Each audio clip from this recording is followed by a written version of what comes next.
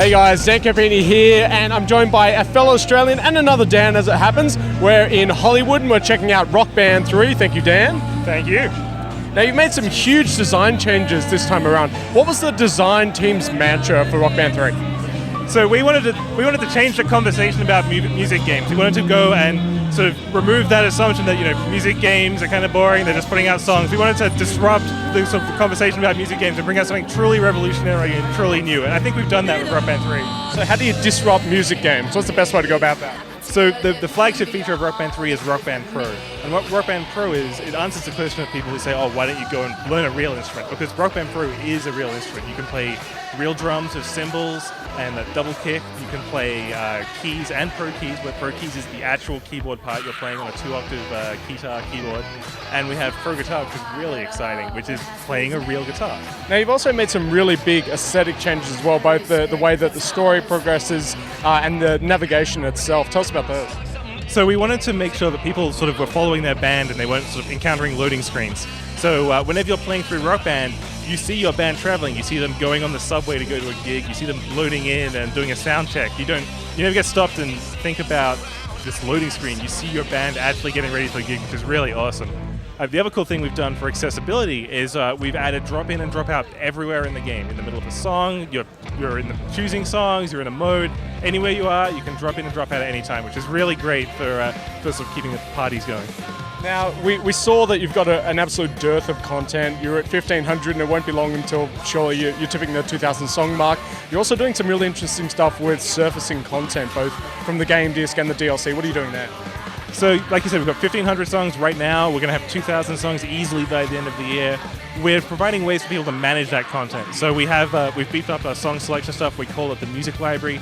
You can go in there now and be able to filter song lists as well as sort them. So I can say, I only want to see Rock Band 3 songs and bring my 1,500 songs down to 80 plus awesome songs. Or I can say, I only want short and medium length songs and 80 songs for my 80s party I'm throwing, and get your set list of 80 songs you can play. It's a really awesome way for people to be able to manage like the thousands of songs that are on the Rock Band platform. You're also doing a management system in the ratings themselves, being able to surface content there? Yeah, absolutely. We brought over our Rock Band network system for all of the songs in Rock Band, and we've applied it to everything in the game. We can rate something 1 lighter out of 5, and that tells the game, I don't like this song. Don't put it in random set lists, just never show me this song. Or if I really love a song, I can rate it 5 lighters, and it'll put it more in there, and Rock Band will basically change to accommodate my musical preferences, which is really awesome. Now we'll go on to Peripherals, and obviously it's never easy to introduce something new, but you've decided to add the keyboard this time around? Yeah, we have a keyboard. It's a 2-octave keyboard. It's playable in 2 different ways. You can play it the standard Rock Band way. There's 5 lanes on the track that you play on the keyboard. You can play using the whole 2 octaves in Rock Band Pro. So if I want to learn how to play keyboards, if I want to play the actual part to Bohemian Rhapsody, I can play that on this keyboard, which is really, really cool.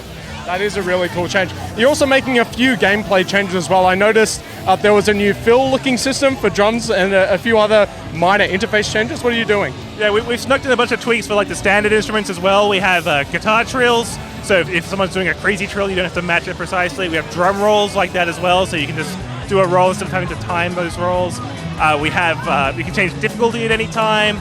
The track actually winds back now when you pause, so you're not instantly thrown into a song. We've got like lots of sort of the kind of things you'd usually expect from a numbered game sequel underneath all of these huge, massive changes that we're talking about today. And of course, it wouldn't be a Rock Band game without rock tracks. Yeah. Give us a little bit of a taste of who you've got on the bill this time. So we have 80 plus songs from artists that have never been on the game before, amazing artists that we have before. Queen Bohemian Rhapsody is a great example, works great with keys, harmonies. Sister Christians by Night Ranger is absolutely amazing as well. We've got the Doors, the White Stripes. It's a history of rock in 80 plus songs. I think it's our best set list we've ever made. Dan Teasdale, thanks for joining us, and stay tuned to GameSpot for more coverage from E3 2010.